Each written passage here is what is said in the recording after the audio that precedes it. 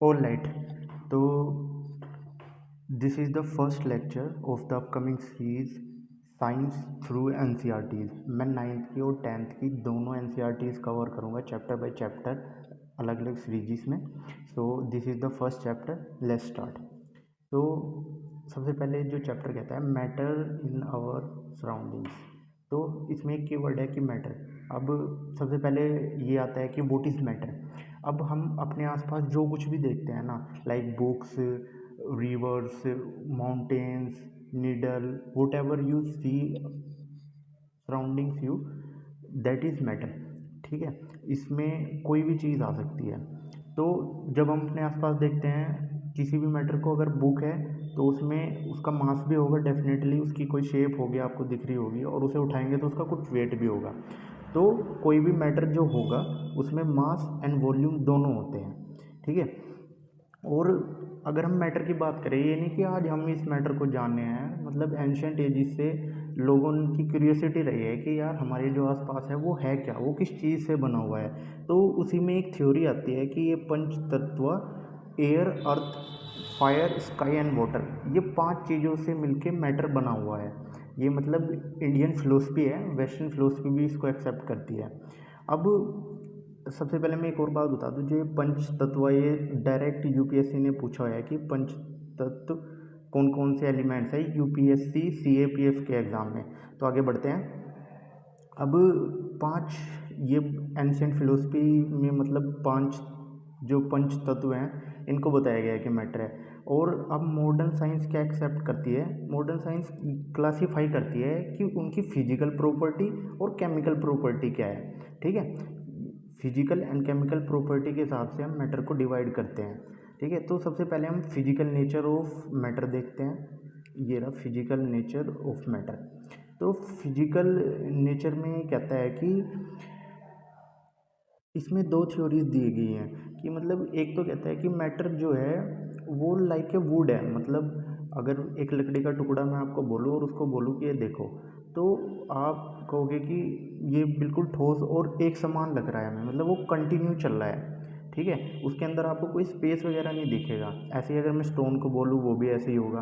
और दूसरी थ्योरी इसमें कहते हैं कि मैटर जो है पर्टिकुलेट होता है, मतलब पोरस टाइप होता है। जैसे मैं आपको ड्रॉ करके दिखाता हूँ, अगर सपोज ये कुछ है और इसके बीच में लाइक ऐसे ऐसे स्पेसिस बने हुए हैं। ठीक है, तो काफ़ी स्पेस है, तो वो पर्टिकुलेट है कि मतलब कंटिन्यू नहीं है कि एक पूरा स्टोन की तरह या वुड की तरह नहीं है, ये एक पर्टिकुलेट है।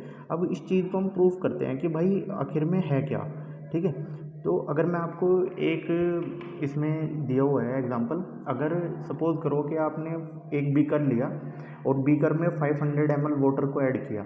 अब मैं आपको बोलूँ कि इस बीकर में आप सोल्ट ऐड करो या चीनी ऐड करो, तो आप उनको ऐड करके मिक्स करते हो।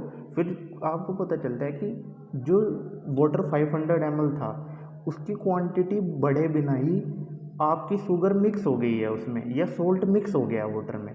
तो यहाँ से हमें क्या पता चला कि यार अगर ये एक तरीके से पूरे ठोस होता, कंटिन्यूस होता, ये पोरस ना होता, अगर ये कंटिन्यूस होता, ठोस होता, तो वाटर का लेवल बढ़ जाना चाहिए था क्योंकि हमने शुगर ऐड किया है उसमें। लेकिन अब जब शुगर ऐड करने पे वाटर का लेवल नहीं बढ़ा, तो इसका मतलब ये है कि जो शुगर है वो कहीं ना कहीं मिक्स हो गया है बीच में। इसका मतलब जो मैंने आपको ये बना के दिखाया था, कुछ स्पेसिस होंगे बीच में जिसकी वजह से बीच में उनके साथ मिक्स हो गया है। ठीक है, तो यही एग्जांपल यहाँ पे दिया हुआ है। तो इसी से हमें पता चलता है कि यार जो मैटर है ना वो पर्टिकुलेट है। ठीक है, वो कंटिन्यूस नहीं है, पर्टिकुलेट है। ये रहा मैटर पर्टिकुलेट है। और अब हम आगे बढ़ते हैं। अब जो हमारा दूसरा हेडिंग कहता है वो कहता है कि how smalls are these particles of matter. अब हमने ये पता कर लिया कि भाई मैटर होता क्या है। मैटर पर्टिकुलेट है या कंटिन्यूस है, हमें पता चल गया कि उसके बीच में काफ़ी स्पेस है, तो वो पर्टिकुलेट है। अब ये पूछ रहा है कि जब ये पार्टिकल्स से मिलकर बना हुआ है तो ये पार्टिकल्स कितने स्मॉल हैं। तो अब अगर मैं आपको एक एग्जांपल दूँ जो इसमें दिया हुआ है, अगर आप ये 100 ml वाटर लेते हैं और उसके अंदर डिटोल ऐड करते हैं। ठीक है, फिर इस 100 ml में आपने डिटोल ऐड किया, अब इसमें से 10 ml ले लो और दूसरे बीकर के जो जिसमें नया वाटर हो उसमें डाल दो। फिर ऐसे ही रिपीट करते रहो कि इसमें से फिर 10 ml लिया, फिर हमने दूसरे वाले में ऐड किया, फिर इसमें से 10 ml लिया और नए वाटर में ऐड किया। फिर आपको पता चलेगा कि यार जो 10 ml क्वांटिटी हमने शुरू में डाली थी उसके बाद भी इसमें कलर तो कम होता जा रहा है, लेकिन जो लास्ट वाला बीकर होगा ना उसमें से भी आपको डिटॉल की स्मेल आएगी।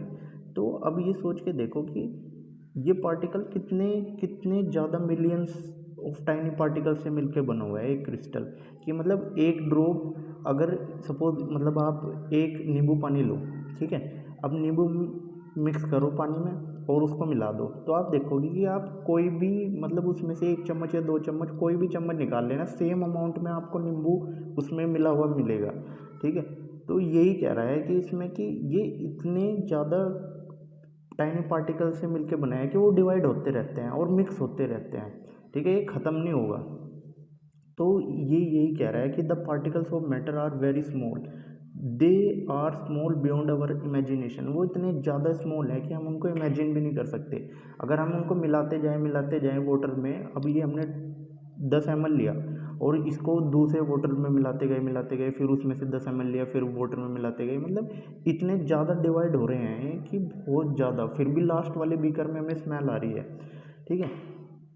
अब जो नेक्स्ट हेडिंग है characteristic of particles of matter. अब इसके कैरेक्टरिस्टिक क्या है?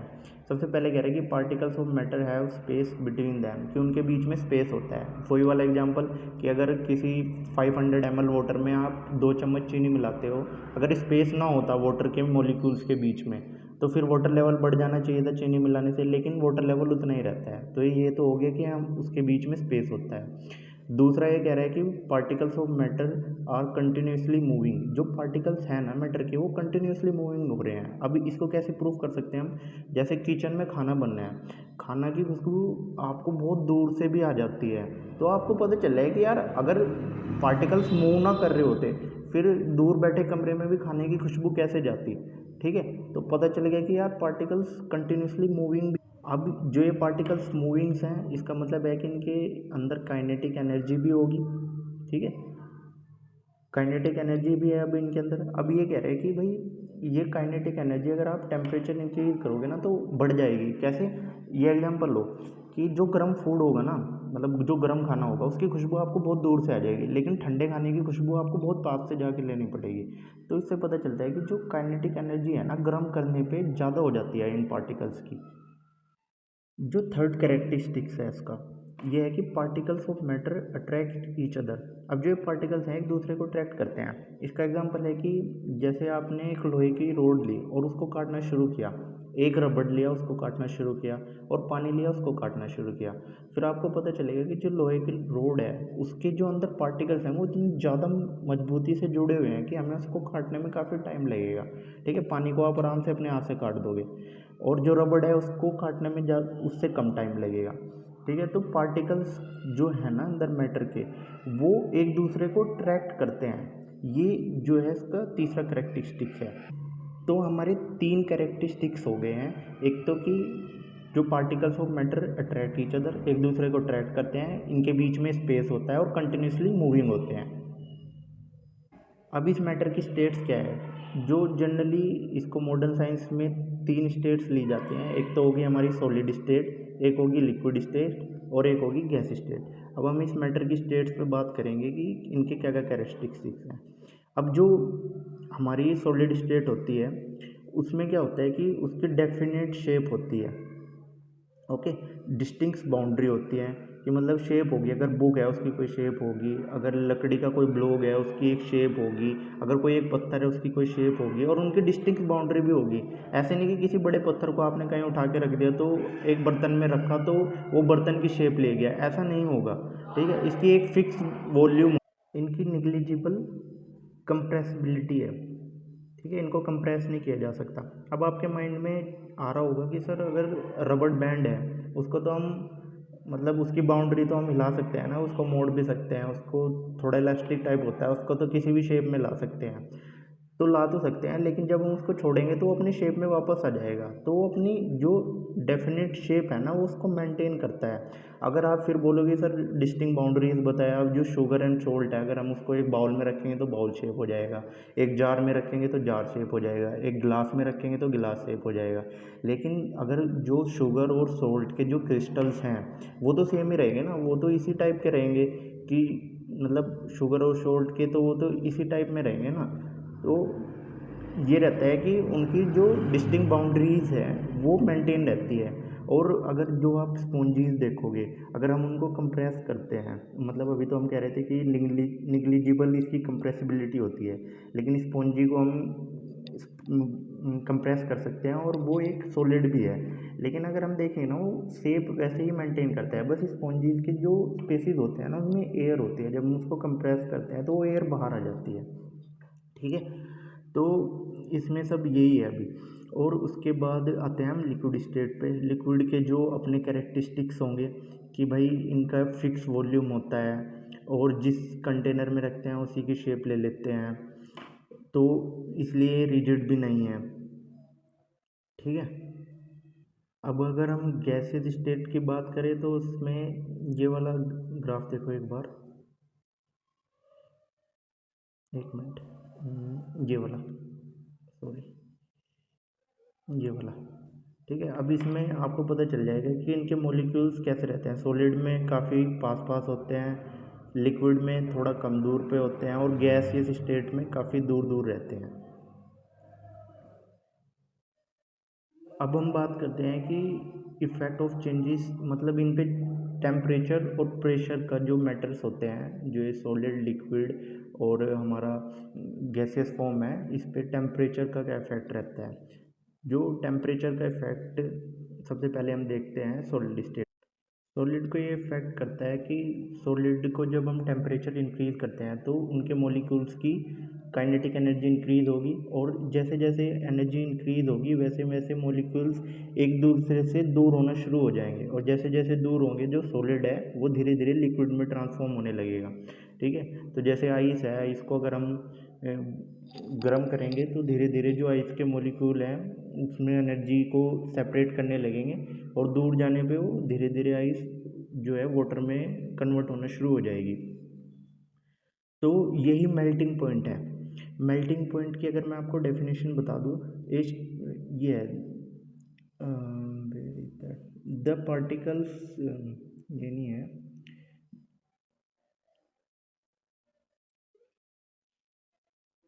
ये the minimum temperature at which A solid melts to become a liquid at the atmospheric pressure is called the melting point। ठीक है, तो ये एक ऐसा मिनिमम टेम्परेचर है जिस पे एक सॉलिड जो है मेल्ट करना शुरू हो जाता है लिक्विड पे और एटमॉस्फेरिक प्रेशर पे। अब इसमें एक वर्ड दिया हुआ है कि एटमॉस्फेरिक प्रेशर क्या है, कि आप जो रूम में बैठे हो ना, अब आपके ऊपर जो एटमॉस्फेयर है उस आपके सर के ऊपर क्या प्रेशर लगा रहा है, वही एटमॉस्फेरिक प्रेशर है। ठीक है, अब इसमें मैं आपको फिर से ऊपर ले जाता हूँ। इसमें एक एक्सपेरिमेंट दिया हुआ है कि इसमें इन्होंने इस बीकर के अंदर आइस रखी हुई है। ठीक है, और इसको बॉइलिंग करना स्टार्ट किया है। अब क्या होता है कि जैसे जैसे बॉईल करते हैं तो जब ये अपना टेम्परेचर जो मेल्टिंग पॉइंट है आइस का वो रीच कर जाता है, फिर टेम्परेचर नोट करते हैं हम, तो पता चलता है कि जब जो टेम्परेचर शुरू में था ना अभी भी वही टेम्परेचर है, जबकि इसको बॉईल हो जाना चाहिए, बॉईल हो रहा है ये फिर भी टेम्परेचर सेम रह रहा है। तो ये एनर्जी गई कहाँ? मतलब अगर आप किसी चीज़ को गर्म कर रहे हो तो वो पिघल जानी चाहिए, लेकिन वो उसी स्टेज में है, मतलब टेम्परेचर अभी भी उतना ही है। अगर जो इस बर्फ़ का टेम्परेचर था उस टाइम पे जब हमने इसको गर्म करना शुरू किया था, और अब जब ये अपने बॉइलिंग पॉइंट पे पहुंच गया है फिर भी उसके बाद भी इसका टेम्परेचर सेम है, तो ऐसा क्यों हो रहा है? तो यहीं से एक कॉन्सेप्ट निकलता है हमारा लेटेंट हीट का। मतलब अब क्या हो रहा है कि भाई एक बीकर को आप गर्म कर रहे हो, शुरू में आपने बर्फ़ डाली, बीकर को गर्म करना शुरू किया, टेम्परेचर नापा कि सपोज़ करते हैं हम कि 10 डिग्री सेल्सियस था शुरू में, फिर धीरे धीरे गर्म होने लगा, गर्म होने लगा, गर्म होने लगा। अब आपको आधा घंटा हो गया, फिर आपने टेम्परेचर नोट किया, फिर भी देखा 10 डिग्री सेल्सियस है। अब आप सोच रहे हो कि जो बीकर की नीचे से हीट जा रही है वो जा कहाँ रही है? अगर टेम्परेचर बढ़ा नहीं है तो फिर वो हीट गई कहाँ? यही है लेटेंट हीट, जो जिसको हम हिडन हीट बोलते हैं। ठीक है, तो लेटेंट हीट का कॉन्सेप्ट यही है। तो यहाँ पे ये यही कह रहा है, it is consider that it gets hidden into the contents of the beaker and is known as the latent heat. The word latent means hidden. The amount of heat energy that is required to change 1 kg of solid into liquid at atmospheric pressure at its melting point is known as the latent heat of fusion. अब ये कह रहा है कि भाई जो 1 kilogram solid को हमें लिक्विड में बदलने के लिए उस एटमॉस्फेरिक प्रेशर पे और उसके मेल्टिंग पॉइंट पे जो हीट चाहिए वो लेटेंट हीट है।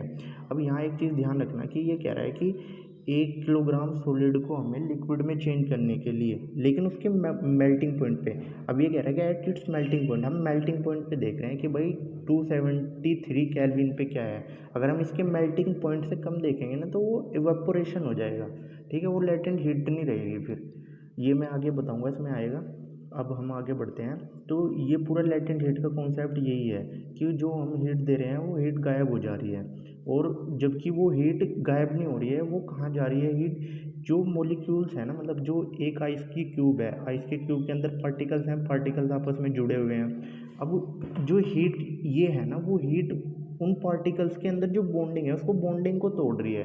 ठीक है, अब यहाँ टेम्परेचर बढ़ा नहीं रही है। जो 10 डिग्री सेल्सियस शुरू में आया था वही बाद में आ रहा है, और उसके टेम्परेचर पे कुछ लेना देना ही नहीं है। वो जो आइस क्यूब के मॉलिक्यूल्स हैं ना अंदर, उन मॉलिक्यूल्स के उनको सेपरेट करने में जो एनर्जी चाहिए। अब दो बंदे हैं, मतलब अगर एक ग्रुप है, ग्रुप आपस में मतलब अपने हाथों को ऐसे आपस में मिला के खड़ा हुआ है, अब आपको उस चैन को तोड़ना है, तो उस चैन को तोड़ने के लिए जो एनर्जी चाहिए बस वही लेटेंट हीट टाइप है कि जो आइस क्यूब के अंदर मॉलिक्यूल्स हैं उन्हें तोड़ने के लिए जो एनर्जी चाहिए वही लेटेंट हीट है। अब नीचे एक चीज़ इम्पोर्टेंट है ये वाली, कि जो केल्विन की 0 डिग्री सेल्सियस जो होता है वो 273.15 केल्विन होता है, लेकिन हम इसको मतलब कन्वीनियंस के लिए 0 डिग्री को 273 केल्विन ही रखते हैं। ठीक है, और मैं आपको यहाँ पे एक फॉर्मूला और देना चाहूँगा। वो ये है कि अगर आपको फ़ारेनहाइट को बदलना है, ठीक है, फ़ारेनहाइट को अगर सेल्सियस में चेंज करना है तो एक फॉर्मूला होता है, ये सेल्सियस है। ठीक है, सेल्सियस इंटू 1.8, ये पॉइंट है भाई, यहाँ पे लगा नहीं है इसमें, ये पॉइंट है 1.8 प्लस, इसको ब्रैकेट में ले लो, एंड 32। ठीक है, ये भी काफ़ी इंपॉर्टेंट है, बार बार एग्ज़ाम में कन्वर्ट करने के लिए काफ़ी पूछते रहते हैं, तो इसको भी याद कर लेना। अब हम आगे बढ़ते हैं। अब अभी हमने लेटेंट हीट देखा, उसके बाद का जो आता है कि अब effect of change of pressure. अब अभी तक तो हमने क्या चेंज किया था? अभी तक तो हमने टेम्परेचर चेंज किया, टेम्परेचर से कॉन्सेप्ट निकला लेटेंट हीट का। अब हम प्रेशर को चेंज करते हैं कि भाई अगर हम टेम्परेचर सेम रखें और प्रेशर को बढ़ाएं तो कैसे रिएक्ट करती हैं, मैटर्स कैसे रिएक्ट करता है। प्रेशर को चेंज करने पे क्या होगा, अगर आपने कोई गैस ली है, उस गैस को प्रेशराइज कर दिया तो कंप्रेस फॉर्म में आ जाएगी, जैसे यहाँ पे दिया हुआ है। जैसे हमारी सीएनजी होती है ना, कंप्रेस नेचुरल गैस।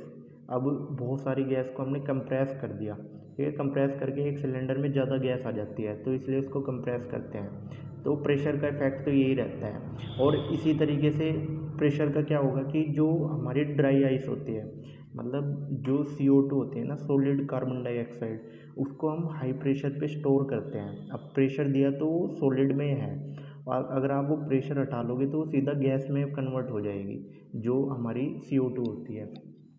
और इस CO2 के बारे में मैं एक और चीज़ कहना चाहूँगा कि जो ड्राई आइस दिया हुआ है ना, इसका ड्राई आइस का एक और यूज़ होता है कि जो मॉस्किटोज, बग्स होते हैं और इंसेक्ट्स होते हैं ना, अगर उनको आपको मतलब फंसाना है तो उसका यूज़ भी किया जाता है ड्राई आइस का। ये मतलब जो बग्स वगैरह होते हैं, मॉस्किटोज, ये ड्राई आइस पे मतलब अट्रैक्ट होते हैं, तो इस तरीके से बेट भी बनाया जाता है इनको ट्रैप करने के लिए। अब आगे बढ़ते हैं। अब इसमें देखो नीचे एक ग्राफ दिया हुआ है। अब ये कह रहा है कि भाई अगर सॉलिड से लिक्विड में गया तो सॉलिडिफिकेशन, मतलब फ्यूजन है ये, और लिक्विड से सॉलिड पे है तो सॉलिडिफिकेशन। और सॉलिड से सीधा गैस पे गया तो ये हो गया सब्लिमेशन। जैसे कैम्फर होता है हमारा, मतलब कपूर को जलाओगे तो सीधा गैस में कन्वर्ट हो जाएगा। और लिक्विड से अभी मैंने सॉलिड का जो बताया सॉलिडिफिकेशन, आपको ड्राई आइस वाला एग्जांपल, ठीक है। और लिक्विड ऐसे ही गैस में कन्वर्ट हो सकता है और गैस वापस लिक्विड में कन्वर्ट हो सकती है। तो ये चेंज ऑफ प्रेशर क्या है इन पे और चेंज ऑफ टेम्परेचर, ये दोनों चीज़ें कवर हो गई हैं।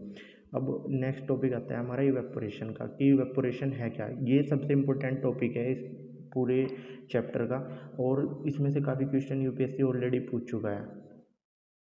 अब ये इवेपोरेशन में क्या कह रहा है, इवेपोरेशन में कह रहा है कि जो हमारी प्रेशर है, हीट है, मतलब अगर अभी तक तो हमने प्रेशर में चेंज किया, टेम्परेचर में चेंज किया, तब जाके सॉलिडिफिकेशन वगैरह, लिक्विफाइंग वगैरह ये सब हो रहा था। लेकिन अब ये कह रहा है कि हम नॉर्मल छोड़ देते हैं चीज़ों को। फिर भी क्या होगा, अगर मैंने एक बाउल में वाटर लिया और उस वाटर को नॉर्मल रख दिया, ठीक है ना, मैंने उसको हीट किया, ना मैंने उस पर प्रेशर अप्लाई किया, फिर भी कुछ दिन बाद अगर मैं देखूंगा तो ये वाटर इवेपोरेट हो जाता है। तो फिर ये कैसे होता है, तो यही कॉन्सेप्ट है इवेपोरेशन का। इवेपोरेशन जो होता है वो without pressure, normal atmospheric pressure पे ही होता है। मतलब विदाउट प्रेशर, विदाउट टेम्परेचर कुछ नहीं करोगे फिर भी ये इवेपोरेट हो जाएगा। ये होता कैसे है, ये सराउंडिंग की एनर्जी लेता है। अब जाहिर सी बात है, वाटर को इवेपोरेट होने के लिए कुछ ना कुछ तो एनर्जी चाहिए, तभी वो अपनी इस वाली स्टेट को चेंज करेगा, और ये एनर्जी वो आसपास के एरिया से लेता है, ठीक है।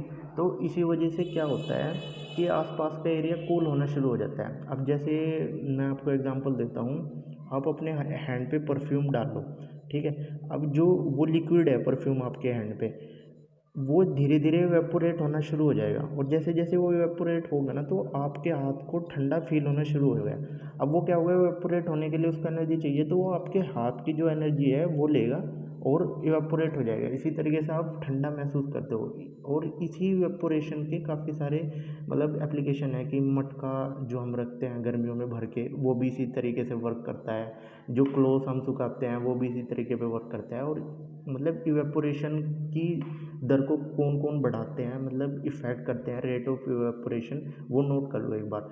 एक तो हो गया कि आपने सरफेस एरिया बढ़ा दिया, मतलब जैसे अगर आप गीले कपड़ों को अगर ऐसे ही रखोगे, मतलब निचोड़ के, तो जल्दी नहीं सूखेंगे, लेकिन अगर उन्हें फैलाओगे तो अच्छे से सूख जाएंगे। इसी तरीके से अगर टेम्परेचर बढ़ जाएगा, गर्मियों में कपड़े जल्दी सूखते हैं। और उसके बाद ह्यूमिडिटी। ह्यूमिडिटी एक ऐसा कॉन्सेप्ट है कि जो आपके आसपास एयर चल रही है वो मॉइस्चर को होल्ड करती है, कि उसने कितना मॉइस्चर होल्ड किया हुआ है। अगर ह्यूमिडिटी कम है, मतलब एयर में मॉइस्चर कम है, तो ज़्यादा मॉइस्चर सूखेगी तो ज़्यादा जल्दी चीज़ें सूखेंगी, ज़्यादा जल्दी हमारा स्वेट सूखेगा और वाटर एवपोरेट होगा। तो ये ह्यूमिडिटी अगर कम होगी, तो एक चीज़ ध्यान रखना है, डायरेक्ट पूछा गया था, इवेपोरेशन की जो दर होती है ना, वो इन्वर्सली प्रोपोर्शन होती है ह्यूमिडिटी के। अगर ह्यूमिडिटी बढ़ेगी तो इवेपोरेशन कम हो जाएगा, और इवेपोरेशन बढ़ेगा तो ह्यूमिडिटी कम हो जाएगी, ठीक है। ये चीज़ ध्यान रखना। और विंड स्पीड, ये चार चीज़ें हैं, इनसे इवेपोरेशन इफेक्ट होता है। अब इसमें इवेपोरेशन की बाकी यही बताया गया है कि जो इसके एप्लीकेशन होते हैं, हमें कॉटन क्लोथ क्यों पहनने चाहिए, मटके में पानी रखने से पानी ठंडा क्यों होता है, मतलब ये सारे पूछे जाते हैं कि डायरेक्ट यूपीएससी इन पे क्वेश्चन पूछ लेता है कि ऐसी सब एप्लीकेशन क्यों हो रही हैं। तो अभी जो ये वाले क्वेश्चन है ना, इनको टैकल करना बहुत इंपॉर्टेंट है। Why does a desert cool better on a hot dry day. अब जो एक डेजर्ट होता है वो जल्दी, मतलब जिस दिन ज़्यादा गर्म दिन होगा उतना ही जल्दी ठंडा भी होगा। तो इसका वही होगा कि यार ह्यूमिडिटी है ना, जो हमारी ह्यूमिडिटी किसके, ये है 1/E। ऐसे कैसे ही कर लो उसको, एक मिनट इसको लिख लो, इवेपोरेशन, ये हो गया, ठीक है। अब क्या हुआ कि भाई बहुत ज़्यादा गर्मी थी, ठीक है, तो ह्यूमिडिटी हमारी बहुत ज़्यादा मतलब कम होगी। अब एयर में मॉइस्चर तो रहा ही नहीं, क्योंकि गर्मी बहुत ज़्यादा थी, तो इसी वजह से इवेपोरेशन बढ़ जाएगा। अब इवेपोरेशन होगा तो रात को इवेपोरेशन ज़्यादा जल्दी होगा, तो डेजर्ट उतनी जल्दी ठंडा होगा, ठीक है। तो उसके बाद how does the water kept in an earthen pot, वही मटके वाली बात मैंने आपको बता दी है। अब ये जो पाम फील करता है अगर हम कुछ भी पेट्रोल वगैरह या परफ्यूम उस पर डालते हैं, भी मैंने आपको बता दिया है, ठीक है। तो ये सारे एग्जांपल्स हैं। अब बस लास्ट में ये बचा है कि भाई अभी तक तो हमने 3 फॉर्म्स दी हमारी मैटर्स की, एक तो सॉलिड, लिक्विड और क्या नाम, गैस। और अब 2 फॉर्म्स और मतलब आई हैं अभी, प्लाज्मा और बोस आइंस्टीन, जो ये दो फॉर्म है, ये दोनों है। प्लाज्मा क्या होता है भाई? प्लाज्मा मतलब ये है कि वो गैस है, और गैस को ना बहुत ज़्यादा हमने चार्ज कर दिया है, इतना ज़्यादा चार्ज कर दिया है कि वो जो गैसियस फॉर्म है ना, वो प्लाज्मा बन गई है। तो मतलब जैसे नियॉन बल्ब्स होते हैं ना हमारे, उनमें नियॉन गैस होती है, उसको हम इतना ज़्यादा चार्ज कर देते हैं कि जो अंदर जो गैस है वो प्लाज्मा बन जाती है। ठीक है, ये जो दोनों फेजेज़ हैं ना, मतलब नॉर्मली देखने को नहीं मिलते हैं, ये होते हैं एक्सट्रीम फेज, कि आपने बहुत ज़्यादा टेम्परेचर कर दिया। जो ये प्लाज्मा वाला कॉन्सेप्ट है, ये है कि आपने बहुत ज़्यादा टेम्परेचर बढ़ा दिया है, तो प्लाज्मा आपको गैसेस फॉर्म का प्लाज्मा स्टेट मिल जाएगा। ठीक है, मैटर का।